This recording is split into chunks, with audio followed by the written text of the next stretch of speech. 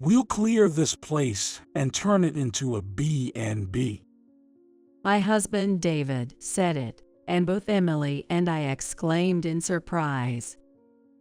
What? What are you talking about? At the same time as the shock, we were certain that the scene before us was undoubtedly the site where my parents' home had been demolished. Hey, can you explain this to us in a way we can understand? Is this your doing? I pressed David, who was still smirking, with a stronger tone of voice. Seeing David like that, my daughter Emily suddenly burst out laughing. Wait a minute. Stop it! Stop it, Dad! It seems like she's filled with a mix of pity and amusement from the absurd and ridiculous behavior of her father, who has been holding her back all this time. Gasping for breath, Emily continued. Grandpa's house was worth a fortune, you know. Emily said that, then suddenly turned serious. That's like totally criminal, right? Upon hearing his daughter's words, David realized too late the irreversible mistake he had made. My name is Sarah Brightman. I'm a 48-year-old housewife. Currently, I live with my husband David and our only daughter, Emily. Emily is 19 and a freshman in college, but it seems she has no plans to move out anytime soon. Being women, it's been a blessing that Emily, who has been on my side since childhood, is still with us at home. That's also because we have a common enemy, David, which makes it even more so. David and I met when I was still working as an office employee. After graduating from community college, I worked as an administrative assistant at a local trading company. David, who was in sales at another company, was a frequent visitor there. Though sales sounds impressive, David had a job that was like being a general errand runner, going around different companies. He always had a friendly demeanor, even towards me, an administrative assistant, and I didn't form a negative impression of him. As we saw each other weekly, we started chatting and eventually became close. As I thought, David was being exploited like being a general errand runner at his company, and his earnings were modest. But perhaps because I was still young, I was fully convinced that love would conquer all. For a while, I continued working and supporting our home, but I quit my job when I became pregnant. David wanted me to focus on childcare, expressing his wish for me to stay at home. When Emily was born, naturally, my workload increased. In place of David, who was out working during the day, I had to take care of Emily, cook, do the laundry, and clean all by myself. I managed to get through those days, but by the time Emily entered kindergarten, David's attitude towards me had changed. Taking advantage of my silence, David's behavior became increasingly overbearing. At the company, David was ridiculed by everyone and taken advantage of. It turns out I was his outlet for relieving this frustration. He wasn't so self-deprecating when we first met, but perhaps there was a problem with me sympathizing with David too much. The people at work just dump all their troubles on David. They don't recognize your abilities. I think you shouldn't worry about it. I meant it as consolation, but this gave David a twisted confidence. Do you also think you're better than me, that you can belittle me? Whenever I tried to offer even a slight critique, David would fly into a rage. This wore me down, and I found myself unable to say anything. My actions, accumulated over time, certainly contributed to David's increasing arrogance. Enduring it for the sake of our daughter has undoubtedly led to our current marital situation. However, I was only trying to be a kind wife and did nothing blameworthy. Upon closer reflection, it's all quite absurd, but the thought of "for the sake of my daughter" is what stops my train of thought. As we got older, our marital problems only twisted further. Although I remain a housewife, in society, there's things about age-appropriate roles and status. Such thoughts, even if unspoken, can be conveyed through behavior. David, overly sensitive to such external perceptions, let them exacerbate his negativity. He became more self-deprecating, making conversations with him incredibly draining. I hadn't noticed before we were married, but it seems this aspect of his personality hasn't changed since childhood, and David appears to have no friends. At our wedding, only David's relatives were present, and there were no friends. I didn't think much of it at the time, but upon reflection, it's a strange situation indeed. I still regret not noticing these finer points of David's behavior while we were dating. Certainly, compared to the general public, David's position at his company was low, but there are many in similar situations. I can understand being bothered if one is nagged by family upon returning home, but I never once complained to David about such matters. Therefore, no matter what I did, David's attitude remained unchanged. Originally shy, David never vented his stress outside. Instead, it was all directed at me and our daughter, Emily. His drinking increased day by day, and with each drink, he would loudly rampage, breaking things around the house. Although he never physically harmed us, the exchange of hurtful words escalated. Do you realize who you owe your college education to? Always clinging to your mom. Think properly about who you should be grateful to. It's often heard that teenage daughters despise their fathers, but Emily had solid reasons for disliking David. Enduring such irrational scoldings daily, it's only natural she would feel this way. When David was not around, Emily and I would share our grievances with each other to get through the day. During this time, my father, who lived in the same state, fell ill. Since my mother had passed away a few years earlier, he was living alone in my childhood home.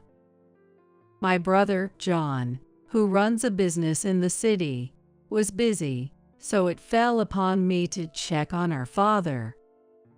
The diagnosis he received at the hospital wasn't exactly cause for celebration. I blamed myself for not noticing sooner. Despite being aware of his condition, my father, not wanting to worry John or me, who both had our own families, kept silent. Following discussions with the doctor, it was decided that he would be admitted to the hospital and receive continued treatment to the fullest extent possible. Still, it was clear that his condition was worsening day by day, prompting John to frequently leave his business to visit him. I was bracing myself for what was to come. Of course, my days were filled with visits to the hospital. Even as a housewife, managing all the household duties as before was no longer feasible.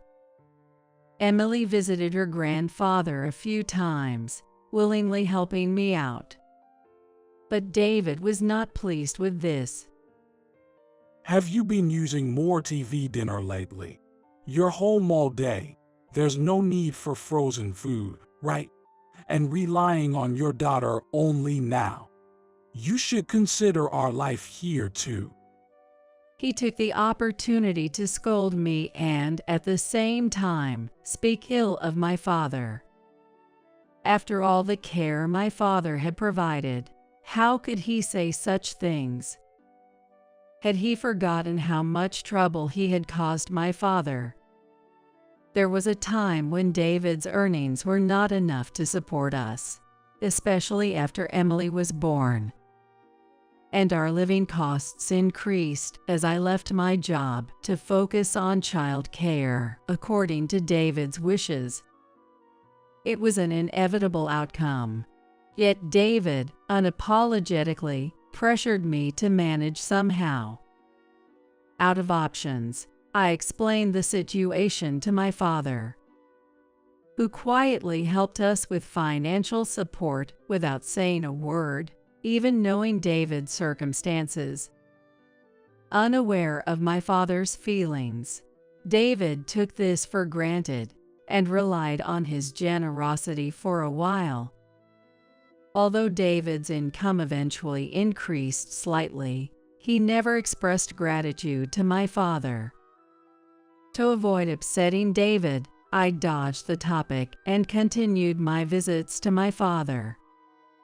However, soon after, my father's condition dramatically worsened, and he passed away.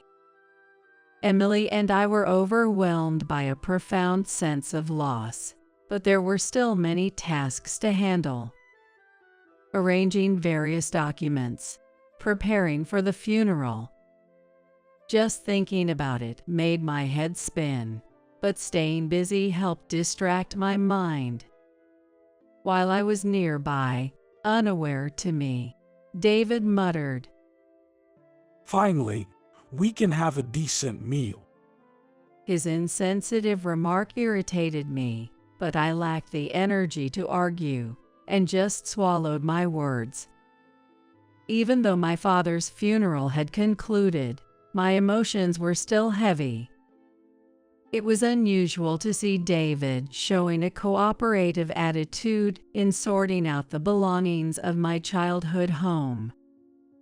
Perhaps reflecting on his past behavior, he actively helped with cleaning up the house. "I've gathered the papers, but is this everything here?" His words reminded me of the safe my father had tucked away in the closet, and I asked David to check its contents too. I remembered that I had received the key to the safe when my father was hospitalized, and handed the small key to David. "This was all that was in the safe," David said, handing me some old bills and a family tree document he retrieved from it. I hadn't expected much, but since he had made a point of handing me the key, I thought there might be something more valuable inside. That's why I was disappointed by the contents of the safe handed over from David.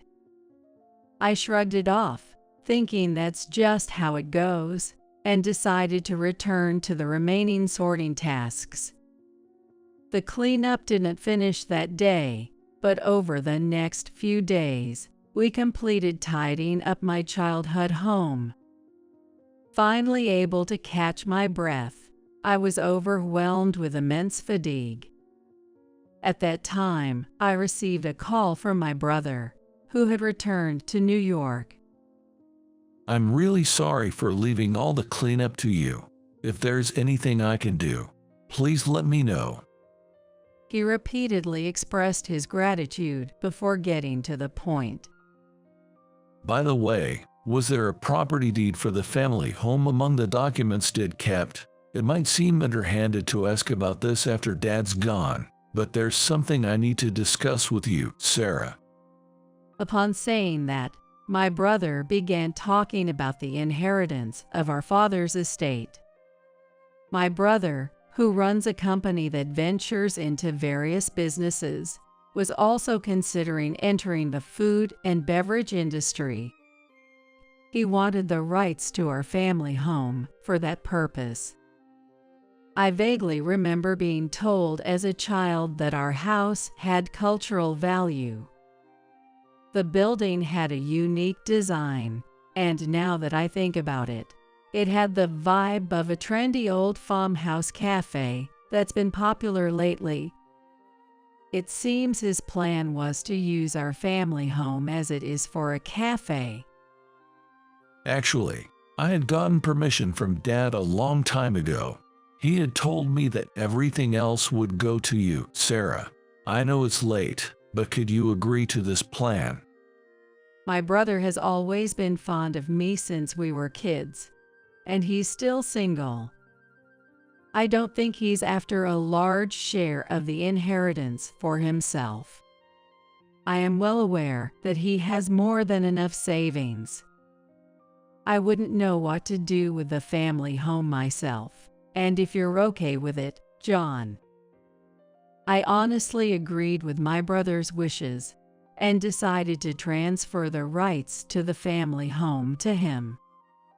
Even if I continue to manage it, it would eventually have to be demolished. It's better for my brother to make good use of it and keep our family home standing. Thank you, then. Could you look for the property deed among the documents Dad left? David had gathered the documents in one place, so it should be among them. I told John I would contact him as soon as I found the documents and ended the call. Come to think of it, I haven't looked at those documents since then. They should be in a clear folder, I believe. Recalling the case David had given me with the documents inside, I searched through it. However, no matter how much I searched, I couldn't find a property deed to the family home that my brother mentioned. That's weird. I put all the documents here. Could they still be at the family home? I was suddenly alarmed at the thought that I might have accidentally thrown them away, but I wouldn't know until I visited the family home. Not wanting to live with this anxiety, I decided to go there immediately to check. Arriving at the family home, I couldn't believe my eyes. At the location where the family home once stood, there were countless debris scattered around, indicating it has been demolished. Did I take a wrong turn somewhere? But no, that can't be right. In a panic, I called Emily to explain the situation. About my brother's plans to turn the family home into a cafe and its cultural value. Sensing my distress, Emily said, "I'm coming right now," and hung up. True to her word, Emily soon rushed to my location. Mom, what happened? She seemed to have hurried, her long hair wildly disheveled. Breathless, Emily looked at me with concern.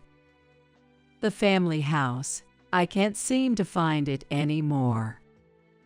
As I explained the situation to Emily over and over, I gradually began to calm down. You're not wrong, Mom. This is definitely Grandpa's place. As Emily said, the fact that she came straight here means this is undoubtedly where my parents' home stood. Or rather, where it used to be. It's only been a few weeks since my father's funeral. I can't begin to guess what happened. Could my brother know something about this? But we were just on the phone a while ago. That can't be possible. This makes the reason for the demolition of the family home even more puzzling. From the look of the site, it seemed like the work was still in progress, but no one was in sight as far as I could see. What should I do in this situation? Call the police. I tried to calm my head, which was once again in confusion, while also listening to Emily's opinion. Then, from a distance, I saw someone walking towards us. Could that be Dad walking towards us? Emily exclaimed in surprise. I squinted at the approaching figure to confirm. Indeed, it was David, sloppily dressed in a suit, staggering towards us. It's just after 3 p.m. now. Is he on his way back from his rounds? Still, it's odd to run into him here by chance. My confusion deepened with David's arrival, and all I could do was wait for him to speak. As David got closer, I could see a smug smile forming on his face. Despite him being my husband, the sight sent a chill through my body.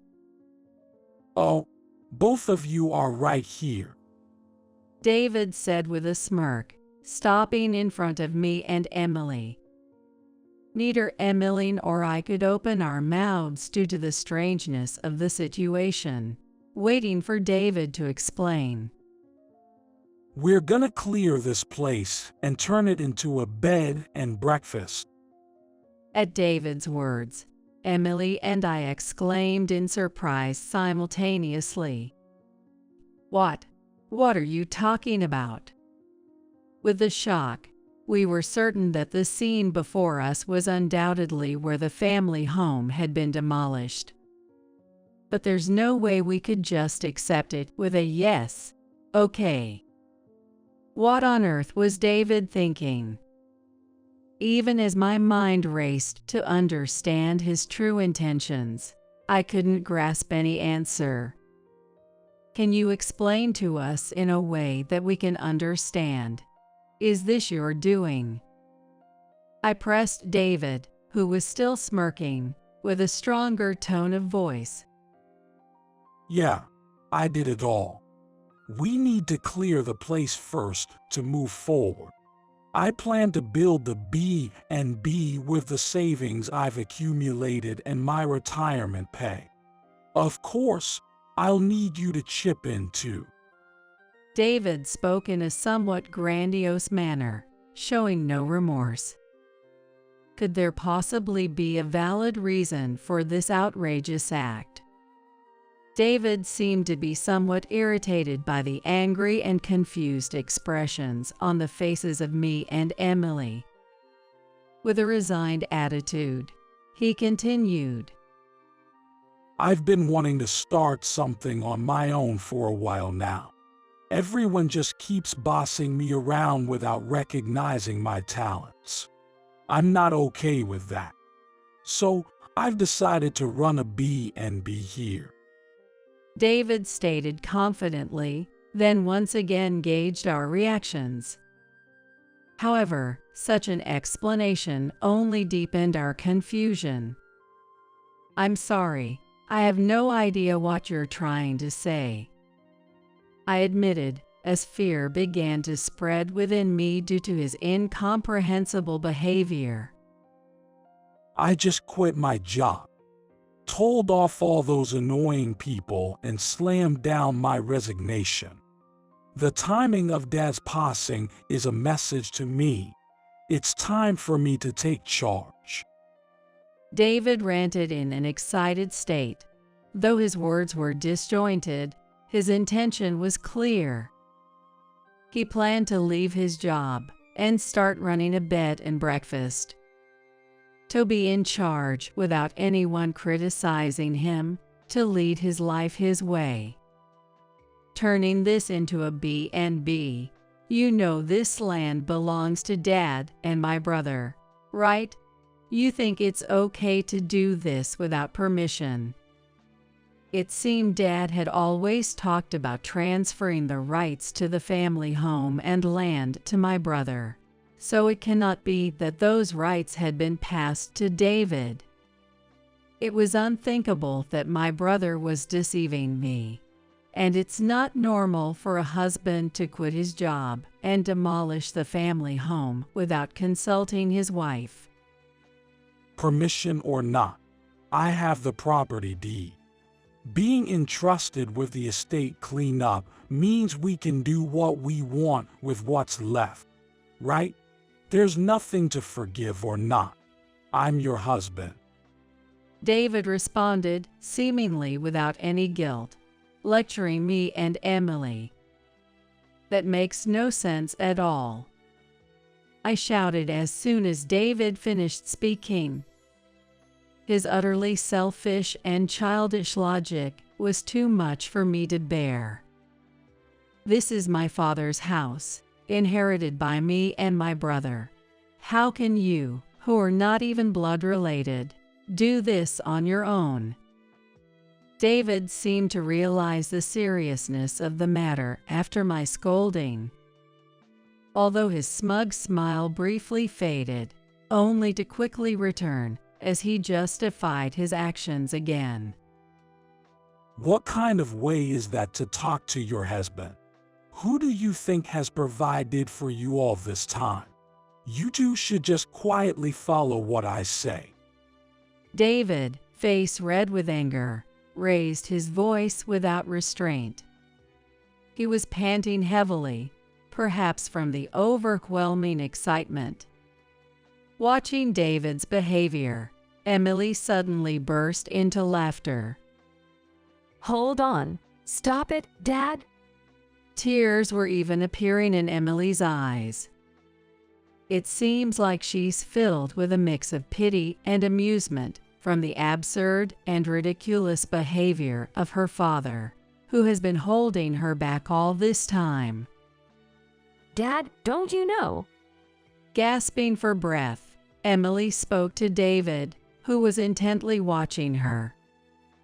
Grandpa's house was worth a lot. You know, you just described the house Uncle John got. Emily then suddenly became serious again. That's like totally criminal, right?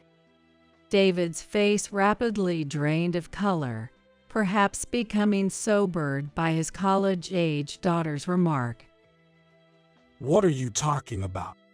How can you say such things to your father? He raised his voice, but it lacked any real force or authority. It seemed he was somewhere aware of his mistake.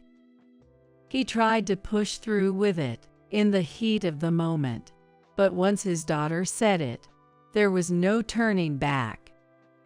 Neither my brother nor I could ever condone such an act. I'll contact John for now. The cafe project should be underway.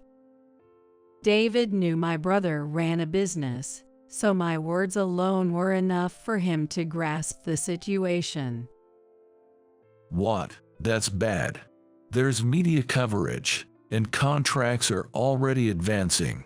I'll call back later, but please don't do anything more with that place. My brother sounded panicked as he hung up after hearing my explanation. Just make sure nothing more is done. This has turned into a huge mess. From the sound of my brother's voice over the phone, both Emily and David's faces contorted. It seemed David had been plotting to build a bed and breakfast here ever since he said he would clean up the estate. He helped with the family home's cleanup, intending to find the property deed. I didn't know about turning this house into a cafe. Isn't it common sense to mention such important things in advance? Though David's face had turned pale earlier, he now started shifting the blame onto me and my brother. His face returning to its usual defiance, acting as if he had done nothing wrong. Anyway, don't do anything more. Right now, my brother is hurriedly contacting his business partners. Dumbfounded by David's audacity, I decided to wait for my brother's call. Then I noticed a man in a suit running towards us from across the street. Excuse me, are you Mrs. Sarah Brightman? The man, who offered his business card, turned out to be my brother's secretary. He had been sent from my brother's company in New York for the cafe opening and had rushed here after hearing about the situation at the family home. I was just in a meeting with the president of the company collaborating on this cafe project. The president is hurrying over here, but the business party is very upset. After checking David's face, the secretary continued. I've heard the gist from the president, but it seems there will be significant liability for damages. Even if you are his sister's husband, you will have to bear those responsibilities. Until now, David might have felt detached from reality, only being reprimanded by Emily and me. Hearing the word liability from a stranger in a suit, David's face turned pale again. Mom, can we afford to pay that? What's going to happen to us? Emily's soft mutter seemed to be the last straw, and David just slumped to the ground. Supporting David's limp body, we decided to head back home for the time being. We invited the secretary into our home and waited for my brother's arrival from New York. We understood the gravity of the situation, but were powerless to do anything on our own. As the frustrating hours passed and night fell, my brother finally came to see us. Sarah, I'm sorry, but David will have to take appropriate responsibility. My brother said soberly before starting to explain the current situation. The project to open a cafe using the family home had started sometime after our father passed away. My brother's company is well known in the industry, and its business party had eagerly commenced work on the proposal brought by my brother. That meant they had halted their ongoing projects to put all their efforts into this joint venture with my brother. It was clear that canceling the cafe project now would result in tremendous losses. My brother was trying everything possible to keep the project alive. But if the family home itself has been demolished, I couldn't help but blurt out words as I recalled the scene that was right in front of me just moments ago. I just saw it myself earlier, and it was definitely a sloppy demolition job.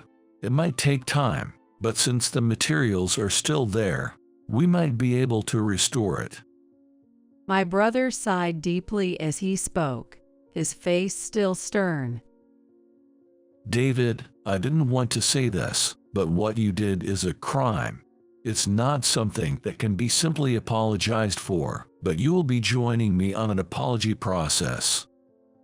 David, still pale, seemed frozen in place but slowly nodded in acknowledgement. Just a few hours ago, he was so proud, talking about his future plans, but now, not a trace of that remained. I felt utterly embarrassed to expose such a disgraceful side of my husband in front of my brother. My lack of judgment has led to this dire situation. While my brother wouldn't blame me, I had no intention of staying with David any longer. On paper, David and I were still married, but to me, he had become a complete stranger. Accompanied by my brother and the secretary, David faced an unimaginable reprimand during the apology process to the associated companies. To explain the situation, the truth had to be told. When my brother disclosed the full story to them, those who were calm with my brother turned their criticism unanimously towards David. David had believed his lack of recognition was due to others, but facing direct condemnation like "you're finished as a person," his spirit easily crumbled. When brought back home by my brother, his eyes were vacant, looking like he might collapse at any moment. Fortunately, everyone accepted the apology, considering my reputation. but of course, after taking on the appropriate compensation responsibilities. David, following my brother, must have heard enough about the specific amount of damages. It was understandable for that to overwhelm his thoughts. However, I had also reached my limit. I pushed the documents I had prepared in front of David, who was sitting down. Now you finally understand why you're not valued, right? You are a failure as a person. My patience has run out. I clearly declared to David, urging him to sign the divorce papers. Upon hearing this from his wife, who had always been compliant, David started to cry. Please, don't abandon me. What's gonna happen to me like this? I quit my job, you know. We've been living together all this time. We're family, aren't we? Considering he had never really thought about us except as an outlet for his stress, his seemingly reasonable words now had no impact on me. Ignoring David's pleas, I continued to stare at the divorce papers. Speaking up wouldn't mean anything at this point, nor would it benefit David. After a while, sensing my resolute decision, David slowly signed. It was over now. David and I officially became strangers. Months later, thanks to my brother's generosity, David avoided criminal charges, but he was left with enormous debt. He took on the liability for the halted project and, due to our divorce, was also ordered to pay alimony for his arbitrary actions and verbal abuse. It was a predictable outcome, yet David failed to foresee it. How many people did he inconvenience with his thoughtless actions? The apology process with my brother must have made him fully realize it. Fortunately, his resignation wasn't taken seriously by his boss, so he didn't lose his job, which would have been his only means of repaying the massive debt. The workplace environment would be harsher, but he was lucky to be forgiven for his outrageous actions. David lost his family and assets, and his pride in his supposed excellence was shattered. This would be the greatest punishment for him. I worried about the impact of our divorce on Emily, but she was already an adult. She seemed to take things less heavily than I had feared. With Mom around, I'll be fine, and I'm an adult now, Emily said cheerfully, perhaps to comfort me. My brother's project to renovate and rebuild the family home managed to recover. Though the alimony from David and the inheritance from our father meant we could get by, I ended up being entrusted with running my brother's cafe. The people from the business associate company that launched the cafe with my brother trusted me and delegated various tasks to me. Thanks to this, I'm living a more fulfilling life than during my days as a housewife. Being able to work where I lived with my parents and brother brings me great joy. Marriage isn't the only source of happiness in life. I might have lost a sense of security that comes from being cared for by someone, but in another way, it means I've gained freedom. Now I don't feel gloomy. On the contrary, I am more optimistic and cheerful. I have found new purpose and am filled with hope.